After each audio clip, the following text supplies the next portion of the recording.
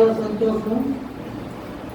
మొదటి వర్తమానము యేసు ప్రభు ఎందుకు వచ్చారు, రెండవ వర్తమానంలో నరులను రాజులను ఆశ్రయించుట కంటే యెహోవాను ఆశ్రయించితే ఎంత మేలో మనము దేవుడు మనకు వివరించి ఉన్నాడు. ఆత్మ విషయములను అంగీకరింపడు, అవి అతనికి వెర్రితనముగా ఉంటాయి. రెండవది 15వ వచనం, ఆత్మ సంబంధి అయిన వాడు అన్నిటినీ వివేచించును, కానీ అతడు ఎవరి చేతనైనా వివేచింపబడడు. మూడవదిగా 3వ అధ్యాయము చూడండి. సహోదరులారా, ఆత్మ సంబంధులైన మనుషులతో మాట్లాడినట్లు నేను మీతో మాట్లాడకపోతే శరీర సంబంధులైన మనుషులే అని క్రీస్తునందు పసిబిడ్డలే అని మీతో మాట్లాడవలసి వచ్చాను. 3 విషయాలు. 1 ప్రకృతి సంబంధం, 2 ఆత్మ సంబంధం, 3 శరీర సంబంధం. 4వది ఏంటంటే ఈ ముగ్గురిని దాటి వైతొలగినవాడు అనగా వెలుగకు జారిన వాడు. 4 తరగతులు ఉంటారు. ప్రభు చిత్తమైతే ఈ యొక్క 2 కూడికలలో ఈరోజు రేపు ఈ 4 అంశములను మనం కొద్దిగా ధ్యానం చేసుకున్నాం. ప్రియులారా, ప్రేమ గల తండ్రి, పరిశుద్ధుడు ఒక దేవాన్ని వందనాలు. మీరు మాకు ఇచ్చిన ఈ సమయం కొరకై వందనాలు. దాదాపుగా 40 దినముల నుండి ఈ కూడికల కొరకై ఎంతోమంది ప్రార్థన చేసి మీరు ఈ యొక్క కూడికలను మాకు ఇచ్చిన ప్రార్థన చేసిన ప్రతి ఒక్కరిని మీరు ఆశీర్వాదించి దీవించండి. ఇక్కడి వరకు పాటల ద్వారా మీ యొక్క ఆస్వాదించినటువంటి నీవు ఎందుకు ఈ భూలోకానికి వచ్చినా నీ మీద ఆధారపడినప్పుడు జరిగేటువంటి మేలులు, ఉపకారం, ధన్యతలు, అభివృద్ధి, ఈ అంశములన్నీ కూడా మరి ఒకసారి మా యొక్క హృదయంలో మీకు తెచ్చినందుకు కలుస్తున్నాను. ఇప్పుడు ఈ యొక్క వాక్యమును మాకు విశదపరచండి, మాకు బోధించండి. వినగలిగే చెవిని, గ్రహించగలిగే హృదయమును మీరు మాకు దయచేసి దేవా మీరే మహిమ పొందున్నారు, మీరే మాకు బోధించినారు. ఈ వాక్య భాగమును మమ్ములను మీ చేతికి అప్పగించుకోవచ్చు. యేసుక్రీస్తు ప్రభువు నామములో స్తుతించి ప్రార్థించి అడిగి వేడుకొనుచున్నాము తండ్రి, ఆమేన్. పిల్లరా, ఈ వచనాలన్నీ మనం చెప్పుకోవాలంటే మనకు కుదరదు, చాలా సమయం కావాలి. నేను పై చెప్తాను, మీరు బైబిల్ జ్ఞానము కలిగిన వాడు కనుక మీరు అర్థం చేసుకుంటారని నేను నమ్ముతున్నాను. ఏదైనా తప్పులున్నా, ఏదైనా అనుమానాలున్నా ప్రార్థన అయిపోయిన తర్వాత నా దగ్గరికి వస్తే మనం ఏమంటారు, అమ్మా అనుమానాలున్నా, బైబిల్లో ఏమైనా అనుమానాలున్నా, బైబిల్ వాక్యాలు ఏదైనా అనుమానాలున్నా మన మధ్యలో దేవదానం పడుతున్నారు, చక్కగా మనకు వివరిస్తారు. మనకేమి దిగులు పడాల్సిన లేదు. చూడండి, ప్రకృతి సంబంధమైన మనుషులు. ఈ ప్రకృతి సంబంధమైన మనుషులకి వాళ్ళు ఏం చేస్తారంటే దేవుడిని ఎరగరు. దేవుడు అంటే ఇష్టం ఉండదు, దేవుడిని ఎరుగరు, దేవుడు అంటే ఇష్టం ఉండదు. దేవుని యొక్క కృపను పొందుతారు, దేవుని యొక్క దయను పొందుతారు, దేవుని యొక్క ఇచ్చే ప్రతిదీ కూడా పొందుతూనే ఉంటారు. ఈ ప్రకృతి సంబంధమైన మనిషి దేవుడు నాకు అక్కర్లేదు అంటారు, నాకు అక్కర్లేదు దేవుడు అంటారు. ఇలాంటి మూర్ఖత్వం ప్రకృతి సంబంధమైన మనిషికి పేర్లు ఏమేమి పెట్టొచ్చంటే మూర్ఖునితో సమానుడు అని చెప్పచ్చు. మూర్ఖుడు ఊరుకో. దేవుడు లేకుండా నువ్వు ఎట్లా వచ్చావు? మా అమ్మ దగ్గర నుంచి వచ్చాను నేను. మీ అమ్మ ఎలా వచ్చింది? వాళ్ళ అమ్మ దగ్గర నుంచి. వాళ్ళమ్మ అంటే అక్కడ దగ్గర ఇక్కడ చెప్పండి. ఈ రీతిగా వాళ్ళు మూర్ఖత్వముతో ఎంతో అయితే ప్రకృతి సంబంధమైన మనుషులు. చూడండి పిల్లలు, 2-3 విషయాలు చెప్తాను, చూడండి. మరి యాకోబు పత్రిక 3వ అధ్యాయము, యాకోబు పత్రిక 3వ అధ్యాయము మరి 14-15 వచనాల్లో మరి ఏం చెప్తున్నాడంటే యాకోబు గారు చూడండి. అయితే 3వ అధ్యాయము 15 ఎలా అనగా 15 వచ్చిన కదా, ఈ జ్ఞానము పై నుండి వచ్చినది కాక భూ సంబంధమైనది, ప్రకృతి సంబంధమైనది, దయ్యముల జ్ఞానము వంటిది ఉన్నాయి. ఇక్కడ ఈ ప్రకృతి సంబంధమైన మనుషుల దగ్గర దయ్యముల జ్ఞానం. దయ్యాలు ఎంతమంది చూశారు? చేయలేస్తాండి. ఎంతమంది చూశారు దయ్యాలు? చూడదు. దయ్యాలు ఎవరు? దయ్యాలు. దయ్యాలంటే చనిపోయిన కాదు, చనిపోయిన కాదు, వాళ్ళు పడిపోయిన దేవతలు, వాళ్ళు అపవిత్ర ఆత్మలను అడుగుతారు. ఈ దయ్యాలు, ఈ దయ్యపు బోధ ఉంటుంది ప్రకృతి సంబంధమైనటువంటి మనిషి దగ్గర. వాడేం చేస్తాడంటే దయ్యము ఆదికాండంలో మన అవ్వగారి దగ్గర, తల్లి అయిన అవ్వగారి దగ్గరికి వెళ్ళి ఏం చెప్పాడంటే ఒకే ఒక మాట చెప్పాడు. అదేంటంటే చాలా ఆకర్షించే మాట, మీరు దేవతల వలె ఉండురని దేవుడికి తెలుసు.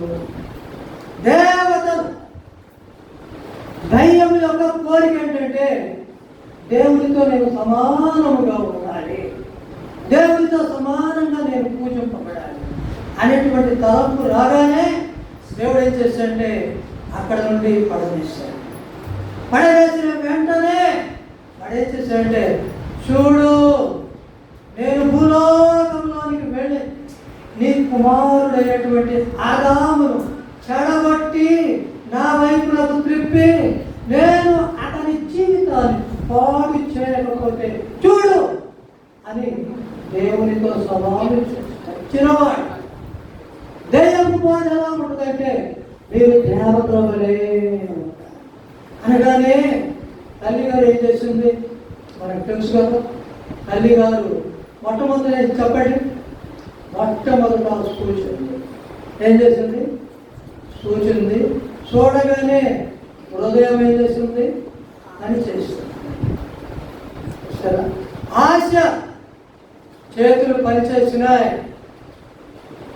రీతిగా మనం అది దయ్యముల బోధ.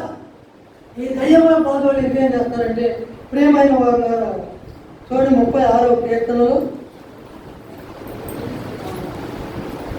36వ కీర్తన 1 నుండి 4 వరకు మరి ఏం రాస్తుందంటే,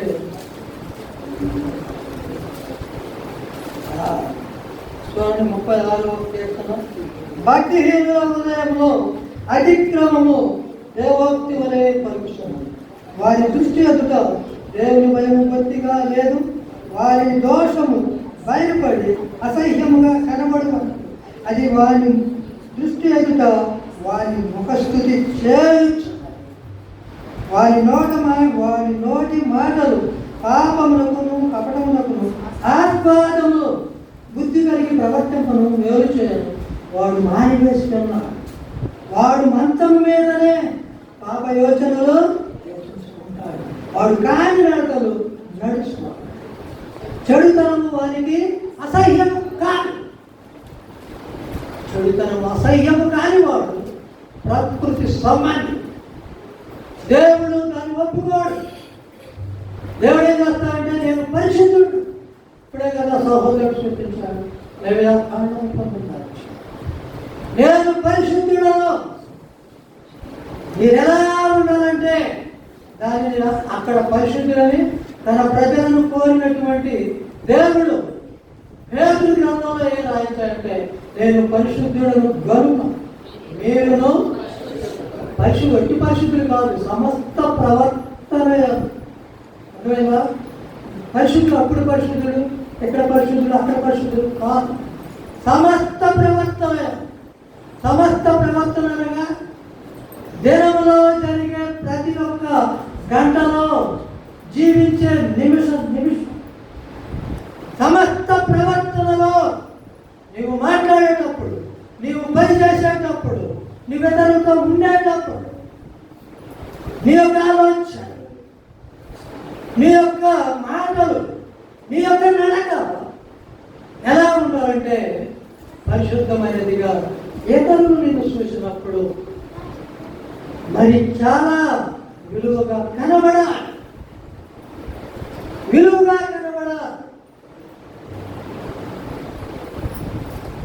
తెనాలి దగ్గర సుమారు 40 సంవత్సరాల క్రితము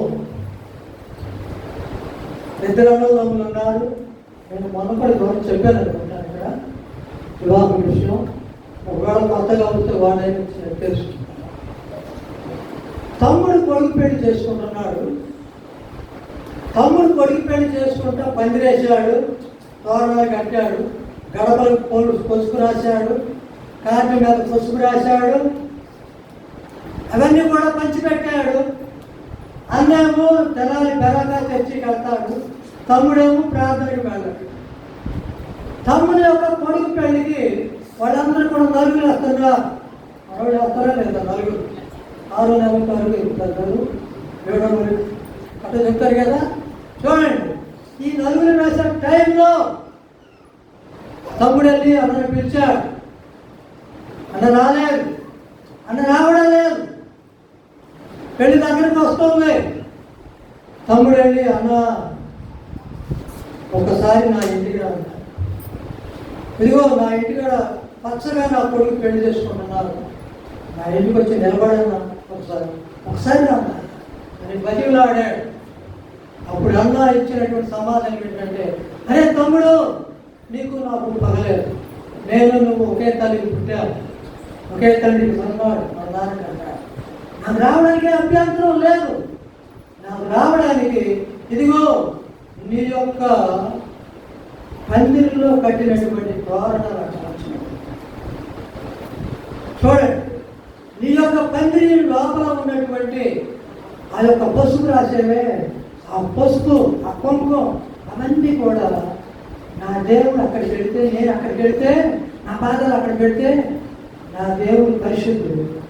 నేను అపవిత్రమైపోతే నా దేవుడిని మహిమపరచలేదు, నా దేవుడు అగౌరవపరచబడతాడు, నా దేవుడు మహిమపరచబడడు, నా దేవుడు నిందింపబడతాడు. నా పాదాలు అక్కడ రావడు, నా పాదాలను దేవుడికి కడిగాడు, నా జీవితాన్ని కడిగాడు.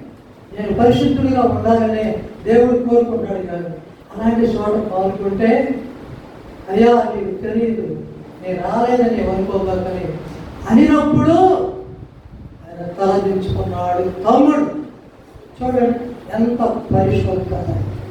మనం ఎన్నిసార్లు ప్రార్థనలు పెట్టి కార్యక్రమానికి వెళ్ళాం, ఒకసారి ఆలోచన ప్రభువుని దొక్కబెట్టి పరిశుద్ధాత్మదేవుని ఆర్పివేసి పరిశుద్ధాత్మదేవుని దొక్కబెట్టి ఎన్నిసార్లు మన బంధువులు పిలిచినప్పుడు దేవునికి దూరం అయిపోయింది.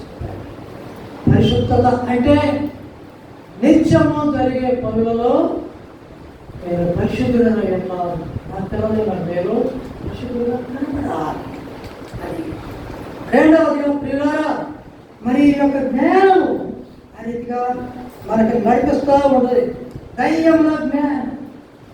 రహస్యాలు 28:2000 అంటే దేవుడు గద్దించాడు, నువ్వు మానవుడవే, దేవుడు అంత అభిప్రాయాలు ఉండవని చెప్పన్నాడు. మీరు రాసుకోండి, చూడక్కర్లేదు. రెండవదిగా చూడండి, యోధా పత్రిక 17వ వచనం 19వ వచనం చూస్తే, యోధా పత్రిక 17:19 నేను గబగబా చెప్పకపోతే మరి నాకు సమయం సారదు. చూడండి 17వ వచనం, అయితే ప్రియులారా, అంత్యకాలం మందు తమ భక్తి హీనమైన దురాశల చొప్పున నడుచుతూ పరిహాసకులు ఉందని మన ప్రభు అయిన యేసుక్రీస్తును అపోస్తలులు పూర్వం మందు మీద చెప్పిన మాట జ్ఞాపకము చేసుకుని అట్టివారు ప్రకృతి సంబంధమును ఆత్మ లేని వారి ఉండి వేదములను కలుగ చేస్తున్నారు. రెండవదిగా ఈ యొక్క ప్రకృతి సంబంధుల దగ్గర ఏముంటుందంటే 17వ వచనం ప్రకారంగా భక్తిహీనమైన దురాశ. ఏంటవి? భక్తిహీనమైన దురాశ. భక్తిహీనమైన దురాశ. పిల్లలు ఒక వచనం చూపిస్తాం. హోషేయ గ్రంథం హోషేయ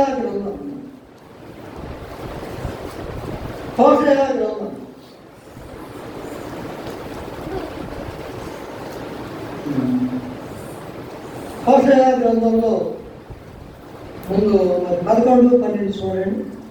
11-12లో ఏముందంటే, ప్రియమైన వారు, ఎఫ్రాయిము వారు అబద్ధములతో నన్ను ఆవరించి ఉన్నారు, ఇశ్రాయేలు వారు మోసక్రియలతో నన్ను ఆవరించి ఉన్నారు, యోధా వారు నిరాటంకముగా దేవుని మీద తిరుగుబాటు చేయలేదు.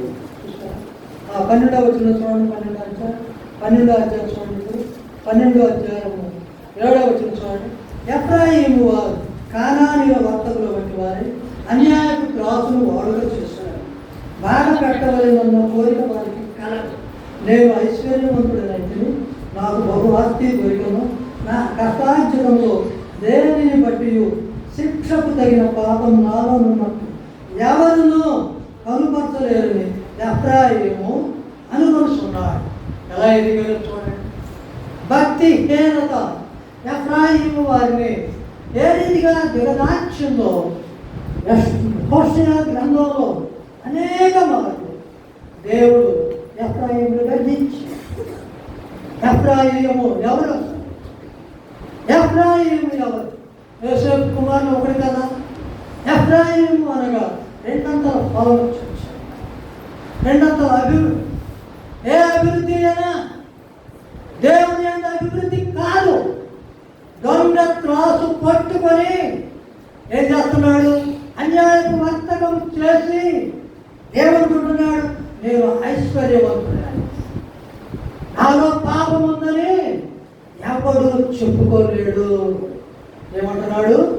ఎవడు? అయితే దేవుని వాక్యం ఏమని సెలవిస్తుందో చూడండి. ఎబ్రీ పత్రిక 4వ అధ్యాయం దేవుని సెలవిస్తుందంటే ప్రియమైన ఎబ్రీ పత్రిక 4వ అధ్యాయంలో దేవుడు ఏం చెప్తున్నాడంటే చూడండి. 13వ వచనం. మరియు ఆయన దృష్టికి కనబడని సృష్టం ఏది లేదు, మనం ఎవరికి లెక్క చెప్పవలసిన దేవుని కన్నులకు సమస్తమును మరుగులేక దేవుడు చూడలేదా? ఎఫ్రాయిము వదిలిపెట్టాడా? ఎలా వదిలిపెట్టాడు? ఎఫ్రాయిము దేవుడు క్షమించాడు. మీరు వెళ్ళి హోషేయ గ్రంథం చదవండి. ఎఫ్రాయిము యొక్క బుద్ధి, ఎఫ్రాయిము యొక్క పనులు, ఎఫ్రాయిము రీతిగా దేవుడు ఎఫ్రాయిమును ఆదరించాడు, ఓదార్చాడు, నడిపించాడు. ఆ రీతిగా ప్రేమైన వాళ్ళ మళ్ళీ ఏం చేస్తారంటే భక్తిహీనమైన దురాశలు. మూడవదిగా 2వ పేతురు పత్రిక చూడండి. ప్రేమైన వాళ్ళ 2వ పేతురు పత్రిక చూస్తుంటే నాకేమో రావడం చూడండి. 3వ చూడండి ఏంటంటే మూడవ మరి అధ్యాయము 2వ పేతురు పత్రిక 3వ అధ్యాయము 3వ వచనం. అంత్య దినములలో అపహసించుతుంది, తమ స్వకీయ దురాచరణ చొప్పున నడుచుకుంటున్నారు. వీరు స్వకీయమైన దురాచరణ కలిగిన వాళ్ళు. ఏం దురాచరణ కలిగిన వాళ్ళు? ఎఫ్రాయిములు భక్తిహీనమైనటువంటి దురాశలు కలిగిన వాళ్ళు ఎఫ్రాయిము. వీళ్ళలాంటి వాళ్ళు, వీళ్ళు స్వకీయమైన దురాశ, స్వకీయమైన అనగా హృదయంలో ఎవరు చెప్పకుండానే హృదయంలో పుట్టే తలంపుల ద్వారా వీళ్ళేం చేస్తారంటే అనేకమైన దురాశలతో నాశనం తెచ్చుకుంటారు. తమకు తామే నాశనం తెచ్చుకుంటారు. నేను ఒక ఆయన చూపించి ముగిస్తాను. చూడండి, మొదటి రాజుల గ్రంథము. చాలా చూపించాలనుకున్నాను కానీ సమయం లేదు. ఉచితమైతే మరొకసారి మనం చదువుకుందాం. చూడండి, మొదటి రాజుల గ్రంథము. పిల్లరా పై చెప్తాను, మీకు తెలిసినడే కనుక మీరేమనుకోవద్దు. సరే చూడండి, మొదటి రాజుల గ్రంథము 11వ అధ్యాయము 29వ వచనం. అంతటా యెరొబెయాము యెరూషలేము నుండి బయలు వెడలిపోగా షిలోనీయుడగు ప్రవక్తయగు అహీయా అతనిని మార్గమందు కనుగొను. అహీయా క్రొత్త వస్త్రము ధరించుకొని ఉన్నాడు. వారిద్దరూ తప్ప పొలంలో మరి ఒకడు లేకపోయాడు. అంతటా అహీయా తాను ధరించుకొని ఉన్న క్రొత్త వస్త్రమును పట్టుకొని 12 తునకలుగా చించి యెరొబెయాముతో ఇట్లనెను, ఈ 10 తునకలను నీవు తీసుకోను. తన ఆలోచన కూడా చదువు. ఇశ్రాయేలు దేవుడైన యెహోవా సెలవిచ్చినదేమనగా, జనులు నన్ను విడిచిపెట్టి అస్తరోతులు అను శ్రీదమైన దేవతను, కేమోను అను మోయాబీల దేవతను, మిల్కోమును అమ్మోనుల దేవతను రెక్కి. చూసారా ఏం చేశారు? ఇశ్రాయేలు దేవునికి 3 దేవతలను మొక్కారు. ఇంకా చాలా మంది దేవతలు మొక్కారు. ముఖ్యముగా ఈ 3 దేవతలను వీళ్ళని ఎవరి దారి తప్పించేసినాయి? తన హృదయానుసారమైనటువంటి దావీదు యొక్క కుమారుడైన సొలొమోను యొక్క హృదయాన్ని తప్పించినాడు. సరే, అప్పుడు అహీయా అనేటువంటి ఒక ప్రవక్త ఉన్నాడు. దేవునికి కోపం వచ్చింది, పొలంలో ఉన్నాడు. సొలొమోను దాసులలో యెరొబెయాము అనేవాడు ఉన్నాడు. ఆయన చాలా బలాఢ్యుడు, మంచి నేర్పరి, మరింత నిపుణత కలిగిన వాడు. కనుక ఈ హృదయమును తెలిసినటువంటి దేవుడు చూస్తుంటే అహీయా రాజ్యంలో 12 గోత్రాల రాజ్యంలో 2గా చీల్చి 2 గోత్రాలను దావీదు గారి కట్టిపెట్టుకొని యెరొబెయాముకి అప్పగించమని అహీయాను పంపించాడు. ఇప్పుడు అహీయా ఏం చేశాడంటే తాను వేసుకున్నటువంటి వస్త్రాన్ని చింపేశాడు. చింపేసి 10 తునకలు అంటే 10 భాగాలు 10 పీలికలు యెరొబెయాముకి ఇచ్చి, ఇదిగో దేవుడు ఇంకా సెలవిస్తున్నాడు, నువ్వు జాగ్రత్తగా నేను జాగ్రత్తగా చేయి. ఇదిగో తన దాసుని ప్రేమించాడు. 12 గోత్రాలు దావీదుకు అప్పగించాడు. కానీ దేవుని విడిచిపెట్టినందున నీకు 10 గోత్రాలు దేవుడు ఇస్తున్నాడు, నువ్వు జాగ్రత్తగా ఉంటావు అని హెచ్చరించాడు. చూడండి, అయితే ఈ యొక్క ఈయనేం చేశాడు చూడండి. ఎవరంటే మన యెరొబెయాము గారు ఏం చేశాడంటే, ప్రియమైన పండుగ చూడండి ఏం చేశాడు. చూడండి, 11వ అధ్యాయం 12వ అధ్యాయము 27వ వచనం. యెరొబెయాము తన హృదయమందు తలంచి ఆలోచన చేసి 2 బంగారపు దూడలు చేయించి జనులను పిలిపించి, యెరూషలేమునకు పోవుట మీకు బహు కష్టము. ఇశ్రాయేలీయుల వారా, ఐగుప్తు దేశం నుండి మిమ్మల్ని రప్పించిన మీ దేవుడు ఇవే అని చెప్పి, ఒకటి బేతేలు నందు, ఒకటి దాను ఏం చేశాడు? దేవుణ్ణి మార్చేశాడు. దేవుని యొక్క ప్రతిష్టకు దెబ్బతీసేస్తాడు. దూడలను చేస్తాడు. అహరోను దూడను కల్పించినప్పుడు దేవునికి ఎంత కోపం వచ్చేసింది, మోషే గారికి ఎంత కోపం వచ్చేసింది కదా. ఓ ప్రియమైన వారు, ఈ యొక్క విషయం చేసినా కూడా స్వకీయమైన మనస్సును చూపుతాడు.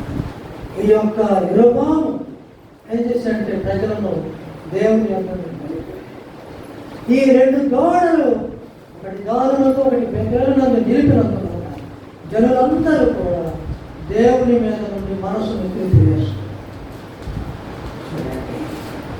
ధైర్యంలో బ్రొక్కారు. అదే దేవునికి కోపం చేశాడు. ఏం చేశాడు చూడండి, చూడాలి చూడండి చూడండి ఏం చేస్తున్నాడు. ఆ రీతిగా చేస్తున్నప్పుడు దైవజనుడు ఒకడు బేతేలు నుండి వచ్చాడు, హెచ్చరించాడు 13వ అధ్యాయంలో.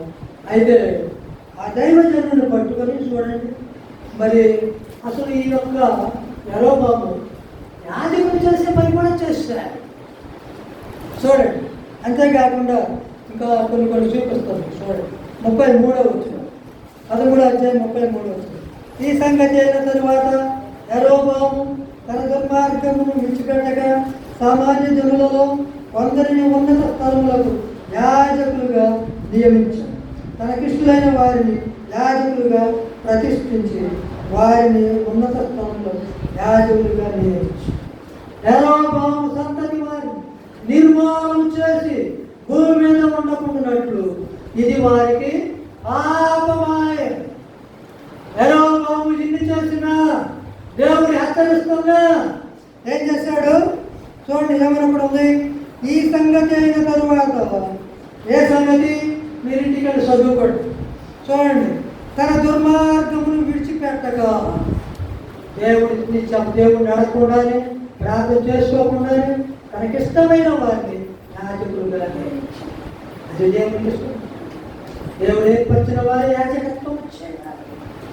దేవుడు ఏర్పరచుకున్న వారే వాక్యం చెప్పాలి. దేవుడు ఏర్పరచుకున్న వారే అసూయ పనులుగా ఉంటారు. అసూయగా ఉంటారు. అసూయగా ఉంటారు.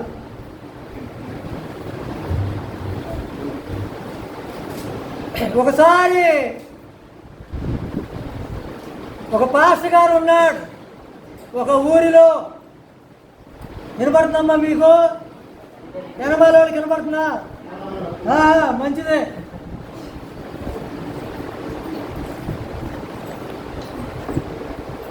ఆ ఊరిలో బిఏ చదువుకున్న ఆయన ఉన్నాడు. ఉద్యోగం లేదు, చాలా నిరాశతో ఉన్నాడు. పాస్టర్ గారు ప్రార్థన చేయండి, నాకు ఉద్యోగం వచ్చేటట్లు అన్నాడు. పాస్టర్ గారు ప్రార్థన చేశాడు, దేవుడు కనికరించాడు. కొద్ది రోజుల్లోనే ఉద్యోగం వచ్చింది, 500 రూపాయలు. పాస్టర్ గారు అది వరకు బోధించాడు, అయ్యా దేవునికి 10వ భాగము ఇవ్వాలి అని బోధించాడు. ఆయన నమ్మకముగా 500లో 10వ భాగం ఎంత? 50 రూపాయలు. 50 రూపాయలు తీసుకెళ్ళి నెల ఇస్తున్నాడు. కొన్నాటికి ప్రమోషన్ వచ్చింది, అప్పుడు కూడా ఇచ్చాడు. కొన్నాటికి 1000 రూపాయలు జీతం వచ్చింది. ఈయన 1000 రూపాయలు జీతం వచ్చిందని పాస్టర్ గారికి వినికిడి వచ్చింది. ఆయనకి 1000 రూపాయలు జీతం వచ్చిందని పాస్టర్ గారికి ఎవరో చెప్పారు. చెప్పకుండా ఉంటారు. చెప్పినప్పుడు ఈయన ఈ ఉద్యోగస్తుడు ఏం ఆలోచించాడంటే, ఇప్పుడు నాకు 30,000 రూపాయల జీతము, 3,000 రూపాయలు పాస్టర్ గారికి ఇవ్వాలా? 3,000 ఇస్తే ఆయన భూమి ఎలా ఉంటాడు అని ఆయన గురించి ఈయన ఆలోచించుకుంటూ ఉండి కొన్నాటి దాకా 10వ భాగాలు ఇవ్వాలి. ఈయన హృదయం ఇట్లా చెడిపోతుందని పాస్టర్ గారిని మరలా ఆయన ప్రార్థన పిలిచాడు.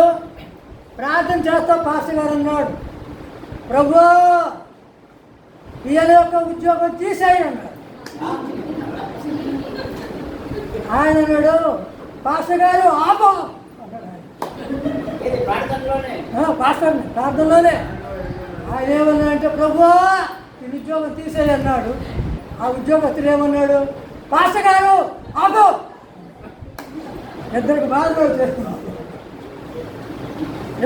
వచ్చింది. పాస్టర్ గారు అన్నాడు, అయ్యా నువ్వు చెడిపోతావు, నీ హృదయాన్ని బిగబట్టావు, దేవుడిచ్చే ఆశీర్వాదాలు పొందలేకపోతున్నావు.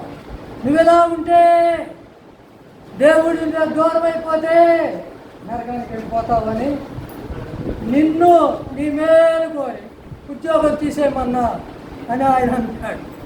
ఈయనేమంటాడు చెప్పండి, ఇక ఆలోచించుకుంది. అట్లా ప్రియమైన వారు అసూయ చూడండి. ఆ రీతిగా మనం ఆలోచన దేవుడికి ఇచ్చేవి దేవుడికి ఇవ్వాలా. యేసు ప్రభు అన్నాడు కదా, కైసరువి కైసరికి ఇవ్వాలి, దేవునివి అది మన న్యాయం. కనుక ఈ యొక్క యెరొబెయాము చేసిన పని దేవునికి నచ్చలేదు. అంతేకాకుండా ఇక చూడండి, అన్యాయం గురించి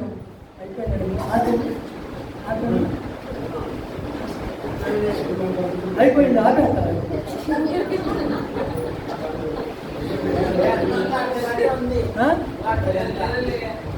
సరే, ఒక 5 నిమిషాలు ఆపేద్దాం. మా టైం ఇప్పటికే అయిపోయింది. సరే, ప్రాబ్లం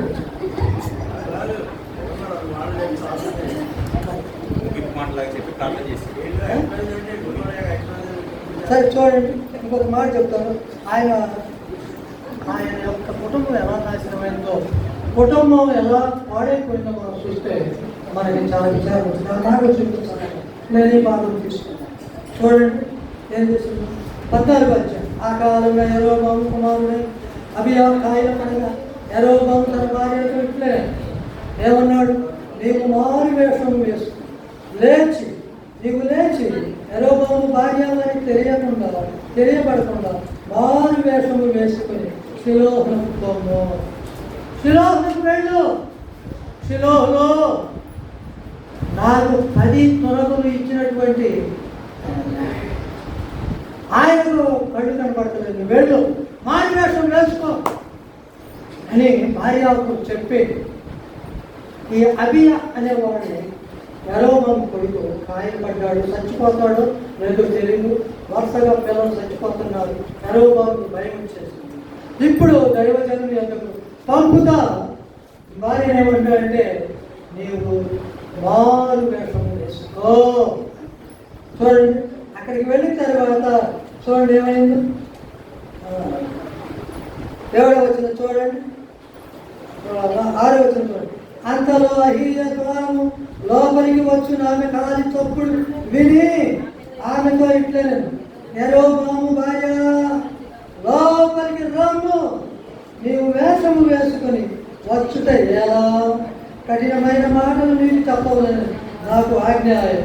నీవు వెళ్ళి యెరొబెయాముతో చెప్పవలసినదేమనగా, ఇశ్రాయేలు దేవుడైన యెహోవా ఈ ప్రకారం సెలవిస్తున్నాడు, నేను నిన్ను జనులలో నుండి తీసి హెచ్చింపజేసి ఇశ్రాయేలు వారిని నా జనుల మీద అధికారిగా నియమించి దావీదు సంతతి వారి యొద్ద నుండి రాజ్యమును తీసి నీకిచ్చి నిండినను నా ఆజ్ఞలను గైకొని మనోపూర్వక పూర్తిగా నన్ను అనుసరించి నా దృష్టికి ఏది అనుకూలమో దాన్ని మాత్రమే చేసిన నా సేవకుడైన దావీదు చేసినట్టు నీవు చేయక నీకంటే ముందుగా ఉండిన వారందరికీ అధికంగా కీడు చేస్తున్నారు.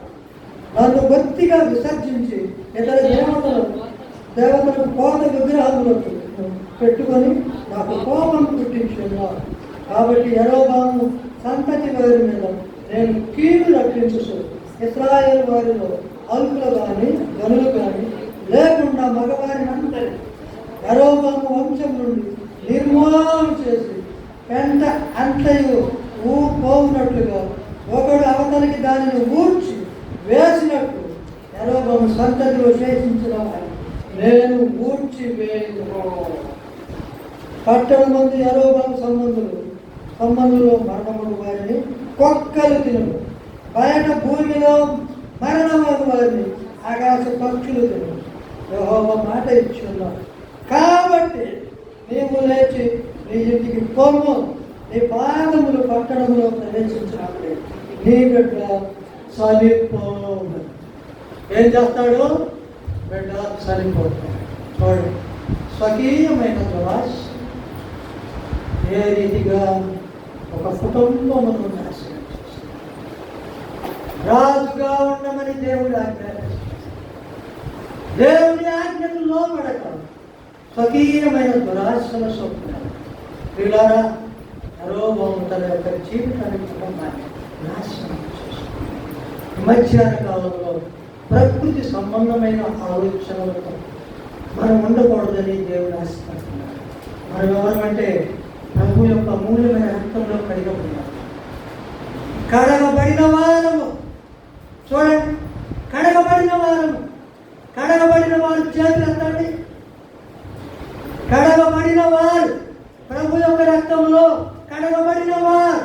చేయలేస్తాడే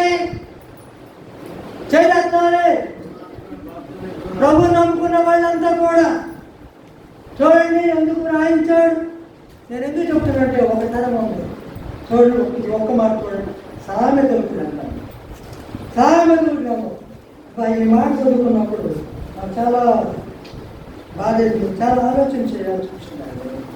సామెతల గ్రంథము 30వ అధ్యాయం 12వ వచనంలో ఒక మాట చూడండి. కొన్ని తరాలు ఉన్నాయి అక్కడ ఏముందంటే, తమ దృష్టికి తాము శుద్ధులై తమ మాలిన్యం నుండి కడగబడని వారి ఏ తరంలో ఉన్నావు? కడగబడిన వారి తరంలో ఉన్నావా? కడగబడని వారి తరంలో ఉన్నావా? కడగబడని వారి తరంలో ఉంటే దేవుడు ఈరోజు వస్తే నువ్వే లెక్క చెప్తావు. దేవుడు ఈరోజు వస్తే, ప్రతిరోజు వస్తే, ఈ టైంలో వస్తే దేవుడికి నువ్వే లెక్క చెప్తావు, గడవబడతావు. ఆయన నీ కొరకై నా కొరకై తన యొక్క అమూల్యమైన రక్తము కాల్చాడు. 33.5 సంవత్సరంలో ఎవరి జీవితాన్ని మన కొరకై సమర్పించాడు, మన కొరకై ప్రాణం పెట్టాడు, మన కొరకై తిరిగి లేచాడు. అట్టి ప్రభువుని నమ్ముకొని విశ్వసించి ఇదిగో అంగీకరించి ఇదిగో బాబు చేసిన పాపంలో ఏమీ చేయకుండా ప్రకృతి సంబంధమైన వారితో మనం కలిగకుండా దేవుడు మనల్ని నడిపించుకున్నాక అట్టి కృప దేవుడు మనందరికీ కార్యం చేయదు కనుక మీ అందరికీ వందనాలు.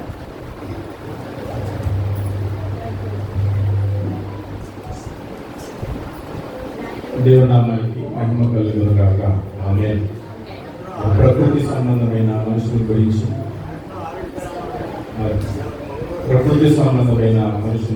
చక్కగా వివరించారు. మరి ముగింపు ప్రార్థన మనం చేసుకున్నాము.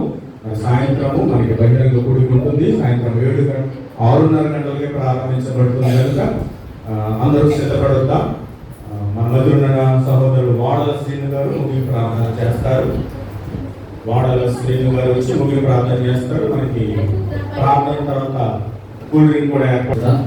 మీ దయా కనికరాలకి స్తోత్రాలయ్యా. ఆశించి కనిపెట్టి ప్రార్థించిన రీతికైనా మొదటి శిష్యులను తండ్రి 3 సహోదరులను తండ్రి నిలబెట్టుకొని మీరు వాడుకున్నారు. విన్నా ప్రతి మాట విడిచిపెట్టకుండా కార్యం చేయమని పెట్టుకుంటున్నాం. యేసు ప్రభా ఈ వీరికుల పట్ల నీ ఉద్దేశం నీ చిత్తం నెరవేర్చుకున్నాం. యేసు ప్రభా కావాల్సిన అవసరాలు తీర్చండి. సాయంత్రం జరగబోయే తండ్రి కూటమి కానీ బహిరంగ సభ కానీ ఆశీర్వదించి